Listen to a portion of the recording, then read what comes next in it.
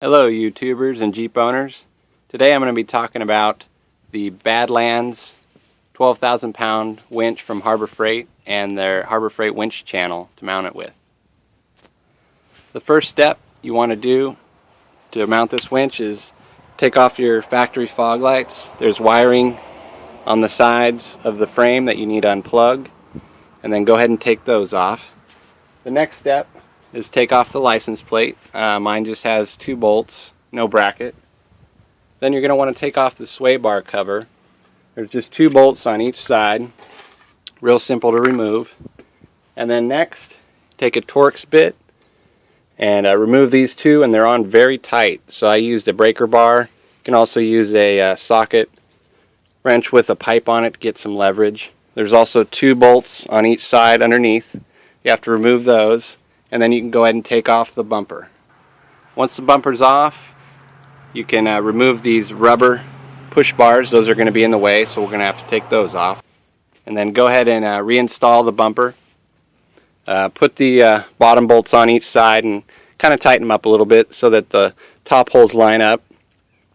Go ahead and put the tow hook and the 2 bolts in on each side.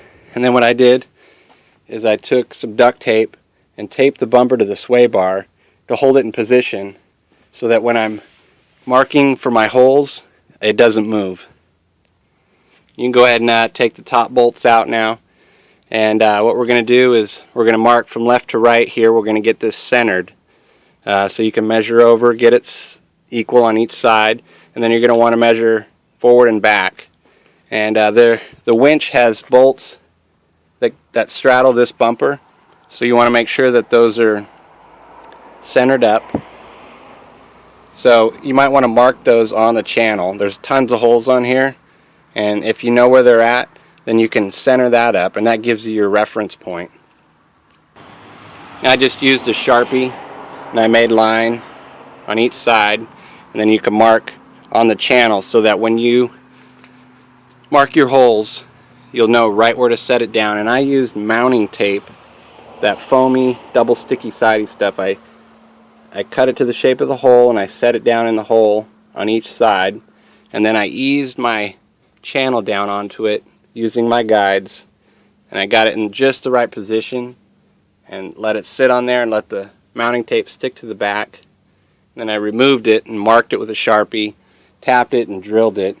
These 2 bolts are close. You'll just have to elongate them, and then this one I drilled completely, and it turned out perfect. It was just exactly the way to do it. With the bumper on, you know it's going to fit right.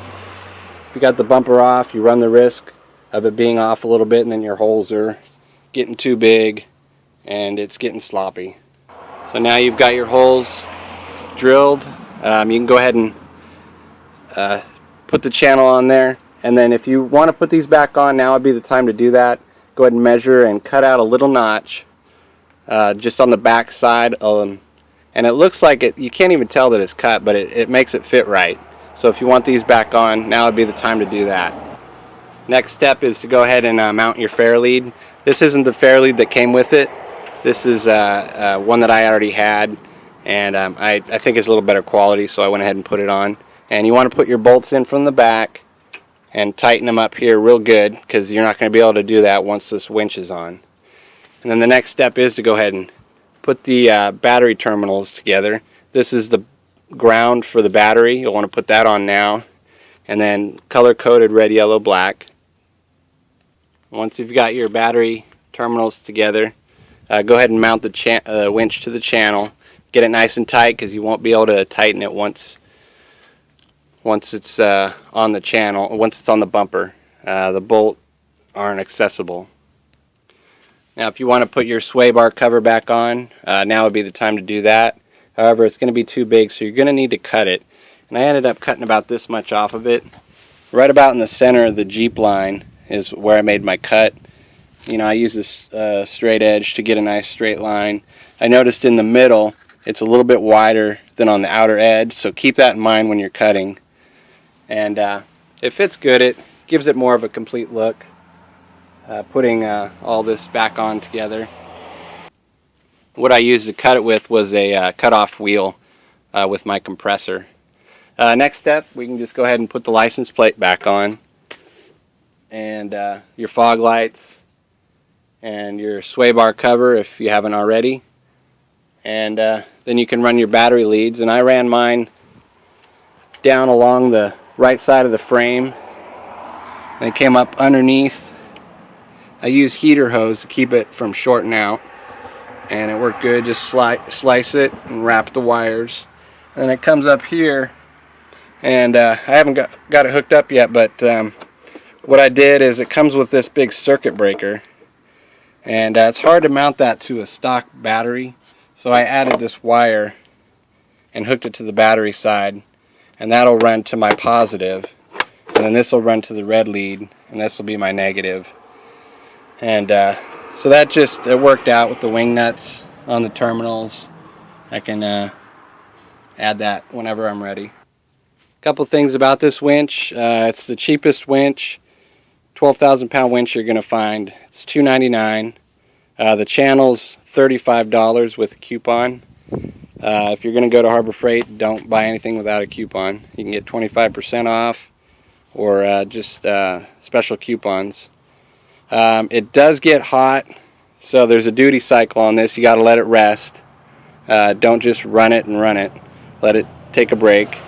There's too much cable on here, so when you're winding back in, I go ahead and take my solenoid pack off, because if the wire bunches up on one side or the other, it's going to knock this off and break it. It is designed by Mile Marker, so that's a good thing. They're a name brand. They're not as good as Warren or Ramsey, but you know, they're a name brand, so they have a good design behind them. But they're not waterproof. So what I do is I have a cover for mine. They don't make a cover, so I just bought a cover, and I'm going to keep mine covered because I don't want it getting wet and leaking. And this is just paint on here. It's not chrome, so I don't want it rusting. So that about wraps it up. I think it turned out pretty nice. I like putting things back, you know, as close to stock as I can, because I think it looks more complete. So I'm pretty happy with this overall. I hope this helps. Take a look at this video. This might inspire you to, you know, put a winch on your Jeep or do something to add something to it.